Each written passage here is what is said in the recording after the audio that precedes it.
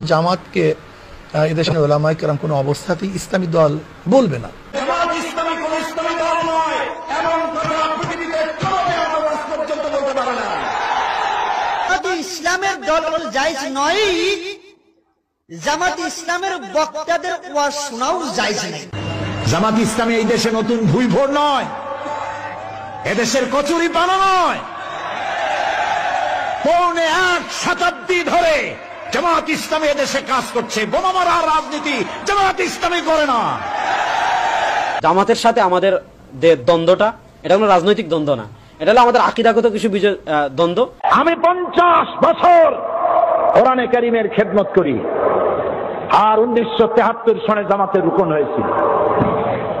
জামাত যদি সাহাবীদের বিরুদ্ধে হবে, জামাত যদি রসুলের বিরুদ্ধে হবে, আমার 50 বছরের একটা ওয়াজের মধ্যে সাহাবী আর রসুলের বিরুদ্ধে কোনো কথা থাকা স্বাভাবিক ছিল না? আছে কোথাও? আমার পা থেকে শুরু করে মাথা পর্যন্ত সুন্নতের কোনো অভাব আছে? সরসিনা মাদ্রাসায় পড়েছি, খুলনায়ও পড়েছি। ওই যে জামা কাপড় পাইছি বহুরূপী কোনোদিন হই নাই, যেরকম দাড়ি ওই রকমই আছে। আপনারাই তো দেখতেছেন, উল্টো পাল্টা দেখছেন, উল্টো পাল্টা দেখছেন। তা আমাদের আকীদা খারাপ। কি খারাপ হয়েছে আকীদা? আমার কোন নেতা আকীদা খারাপের কথা বলেছে? আমার নিজামী সাহেব, মুজাহিদ সাহেব, আমার এমপিরা, আমার নেতৃবৃন্দ, আমার গোলাম আজম সাহেব কে বলেছেন সাহাবীদের বিরুদ্ধে? জানতে চাই, কে বলেছেন নবীর বিরুদ্ধে?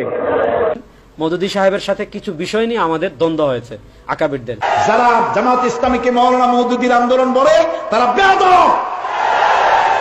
আমরা মওদুদীর মুরিদ নই। মাওলানা মওদুদী আমাদের কোন ফেকার ইমাম নন। কাজে আপনি বলবেন আর পাগল বানাবেন মানুষগুলারে, সব আপনার মুরিদ হয়ে যাবে, মনে করছেন সব পাগল হয়ে গেছে মানুষ। এত সহজ নয়। বাংলাদেশে এমন কোন ঘর থাকবে না যেখানে জামাত ইসলামী যাবে না। সমস্ত ঘরে ঘরে পৌঁছে যাবে, কারণ জামাত ইসলামী দাওয়াত দেয় আল্লাহর কোরআনে। জামাত ইসলামী বাংলাদেশ রাজনৈতিক দল, ইসলামের নামে রাজনৈতিক দল, ভালো একটা ইসলামিক নামে রাজনৈতিক দল ছিল, কিন্তু বাংলাদেশ জামাত ইসলাম সে ইসলামিক দল হিসাবে আমরা ওলামায়ে কেরাম এবং আমরা যারা আছি আমরা বলি না। বললে হবে না জামাত ইসলামী কোন ইসলামী দল নয়। যিনি বলেন তিনিও কিয়ামতে উঠবেন, আমরা উঠব। আপনারা বলেন জামাত ইসলামী কোন ইসলামী দল নয়। আল্লাহকে ভয় করুন, কিয়ামতে আসামি হতে হবে, আসামি হতে হবে, আসামি হতে হবে ইনশাআল্লাহ। আপনি যে কথা বলেন, আজ আমি নাম নেব না, আমি নাম নেব না। আপনি যে কথা বলেন সেই আপনি কথা বলেন দিলীপ বড়ুয়ার ভাষায়।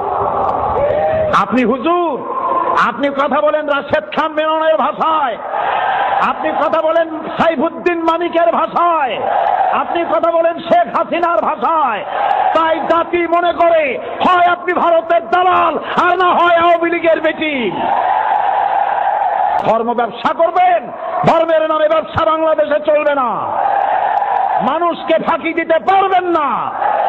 আমার দোকানে খাঁটি ঘি পাওয়া যায়, কোথাও পাওয়া যায় না, খালি মওদুদী মওদুদী, জামাত ইসলাম জামাত ইসলাম, শিবি শিবি। মরণ যন্ত্রণা উঠছে। কি যন্ত্রণা?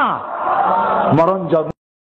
আশ্চর্যের বিষয় একজন পীর নামের কলঙ্ক ধর্ম ব্যবসায়ী, তিনি সেই কথা বলছেন যে কথা বলছে বামপন্থীরা। বামপন্থীদের সুরে সুর মিলিয়ে তিনি দেশের ইসলামী আন্দোলন বন্ধ করে দিতে চান।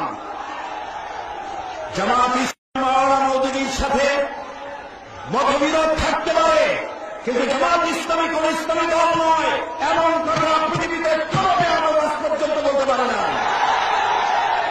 আমরা ইসলামী আন্দোলন করি জাহান্নামে যাওয়ার জন্য নয়, কারো কাছ থেকে সার্টিফিকেট গ্রহণ করে জামাত ইসলামী আন্দোলন করতে হবে এমন কাঙ্গালি বলা জামাতের হয় না।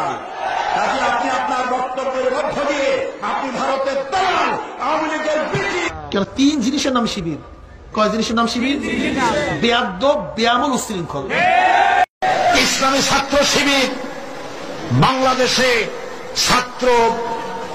ছাত্র অঙ্গনে, শিক্ষা প্রতিষ্ঠানে আল্লাহর এক নিয়ামত। আলহামদুলিল্লাহ বলে অত্যন্ত আত্মবিশ্বাস এবং চ্যালেঞ্জ শুনে বলতে পারি, একজন ছাত্র শিবিরের কর্মী পাওয়া যাবে না যিনি মাদকাসক্ত হয়ে তার নিজের পরিবারকে ভুগাচ্ছে, কারাগারে গিয়েছে, গ্রেফতার হয়েছে।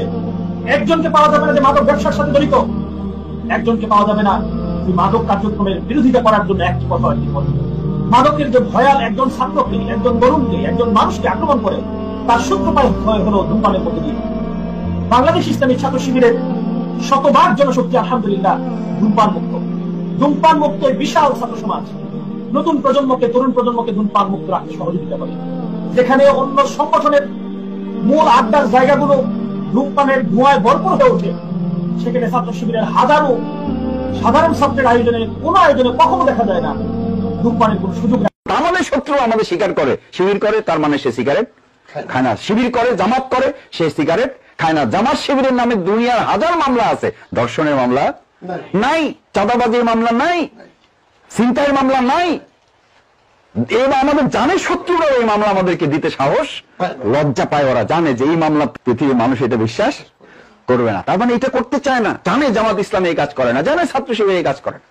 দেখেন বুয়েটে আবরার ফাহাদ একটা ছেলে মারা গেল, লোকেরা তারা ছাত্রলীগের সন্ত্রাসীরা, দুর্বৃত্তরা তাকে পিটিয়ে নৃশংসভাবে গোটা পৃথিবীতে লজ্জিত হয়েছে বাংলাদেশ। তাদেরকে জিজ্ঞেস করা হয়েছিল, তোমরা তাকে কেন হত্যা করলে, কেন তোমরা তাকে হত্যা করলে, কি শত্রুতা ছিল তার সাথে তোমাদের? কি জবাব দিয়েছিল? নামাজের সময় হলে সে ছাত্রদেরকে নামাজের জন্য ডাকতো, সে শিবির।